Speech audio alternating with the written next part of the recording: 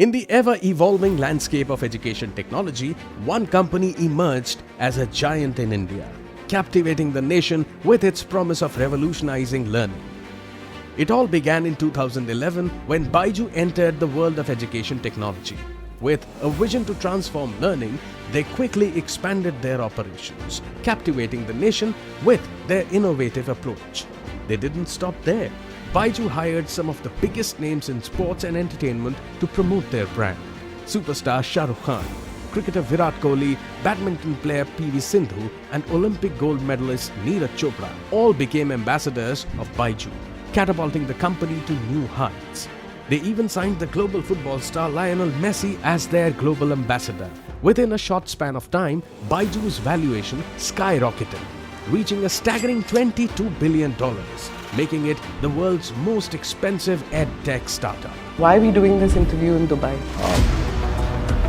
Those who are against you and those who have put cases on you, they're saying you'd like an international fugitive. That's a game played wrong by a few vulture lenders who are based out of US. These are narratives which they have created trying to take control of the company. Lookout notice that ED has put out? If ED puts out a lookout notice, they will never make that public because that defeats the purpose. Videos which were there on social media saying they were overworked, underpaid. There was this hyper-aggressive mode that the sales force went. We have made mistakes, but all of that was in the initial years. We have corrected all of that. I will never sell anything to anyone which I won't give it to my son. These legal cases take place. Yeah. You get named in it too. Try and weaken Byju by blaming and pulling everybody around him who supports him. They send people to our home. They threaten people. A man who once built India's most valuable startup watched it go to zero. Now his global lenders may be willing to walk away from $1 billion legal battle in exchange for a 30% stake in a coaching company valued at $2 billion US. Is this justice, a settlement, or the final chapter of the most spectacular edtech collapse in history? Hi, this is Indranil and you are watching the Spotlight Media and Technology.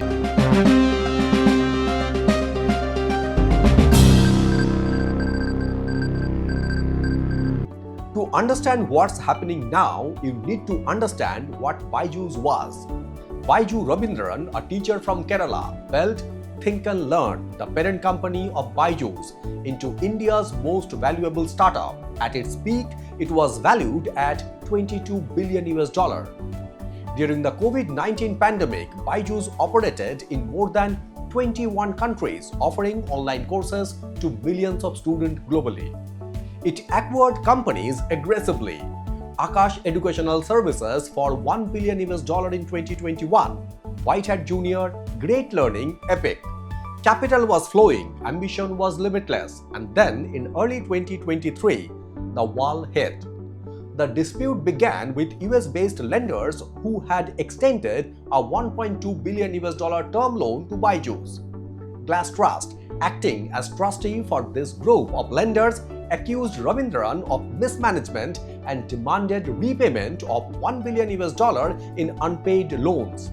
This edtech giant once had Shah Rukh Khan as its face and Messi as its global ambassador. But behind the billion-dollar image was mounting debt and a founder now sentenced to jail. I had thousands of crores, now I have nothing. So how did Byju's, once one of India's biggest startups, end up here?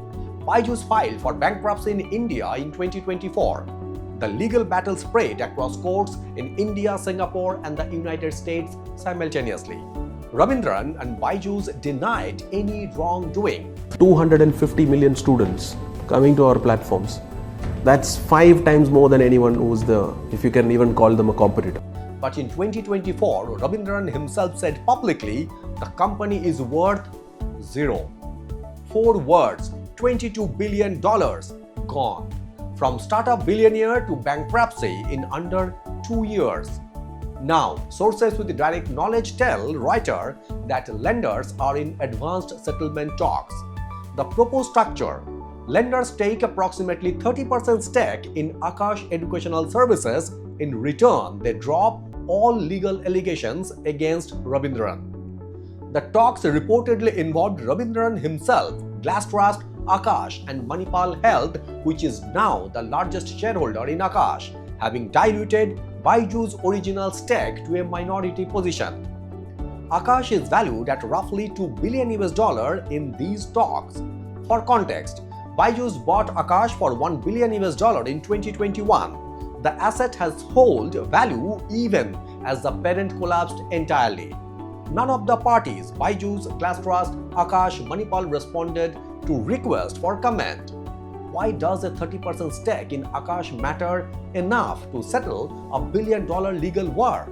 Because Aakash is the opposite of Byju's in almost every way.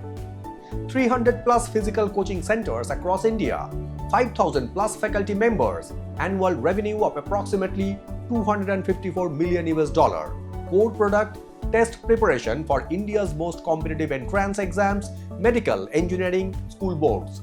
Aakash is offline, physical, profitable, proven. In a post-Edtech bubble world, the most valuable education asset Byju's ever owned is the one that never went fully digital.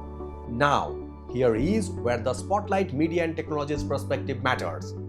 This settlement, if it closes, raises fundamental questions about governance, accountability, and stakeholder equity. Let's look at both sides honestly. For the US lenders, a 30% stake in a $2 billion business represents a meaningful recovery on a disputed $1 billion loan. Avoiding prolonged multi-jurisdictional litigation reduces cost, uncertainty, and reputational exposure.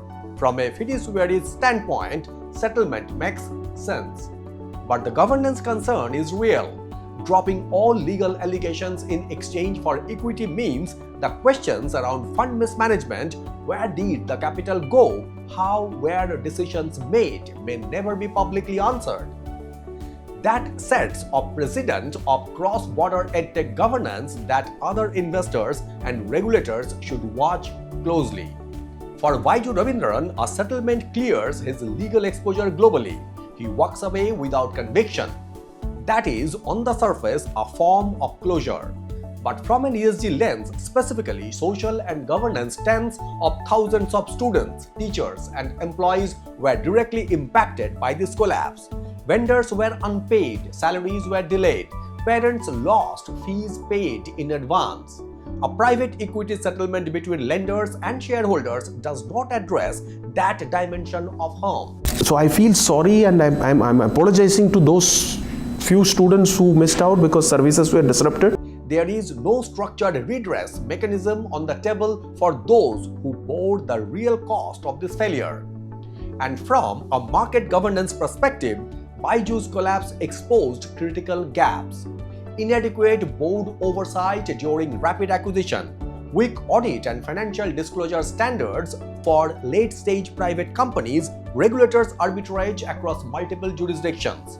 If the legal case closes without a full public accounting, those gaps remain unaddressed. Byju's is not just an Indian story, it is a global cautionary tale about what happens when capital, ambition, and governance move at different speeds. The edtech sector globally raised billions during the pandemic. Byju's was its most visible symbol and its most visible failure. A $2 billion Aakash stake settlement doesn't restore what was lost, but it may be the most pragmatic resolution to a legal battle that no party can afford to keep fighting indefinitely.